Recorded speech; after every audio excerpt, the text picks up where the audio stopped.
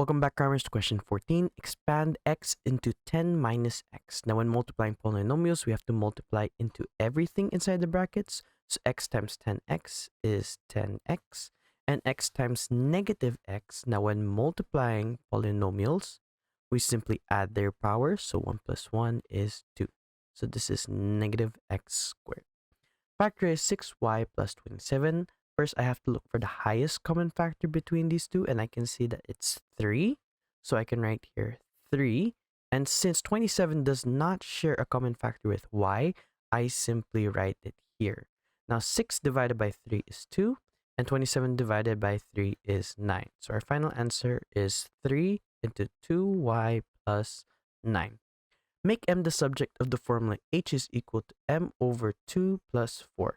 So firstly, I can multiply by 2 on both sides to remove this. So 2 times h is 2h is equal to m. Now don't forget that the 4 is multiplied with 2, so we have 8 here. Then we bring 8 to the other side, so that becomes a negative.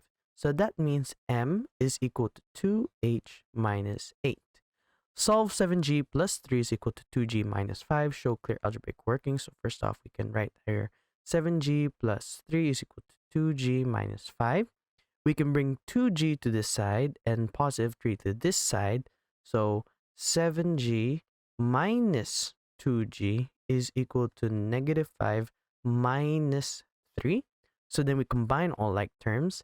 7g minus 2g is 5g, and negative 5 plus negative 3 simply adds them, so it's now negative 8. We divide both sides by 5 to remove y, and that means g is equal to negative 8 over 5. Thanks for watching. Cram, then scram.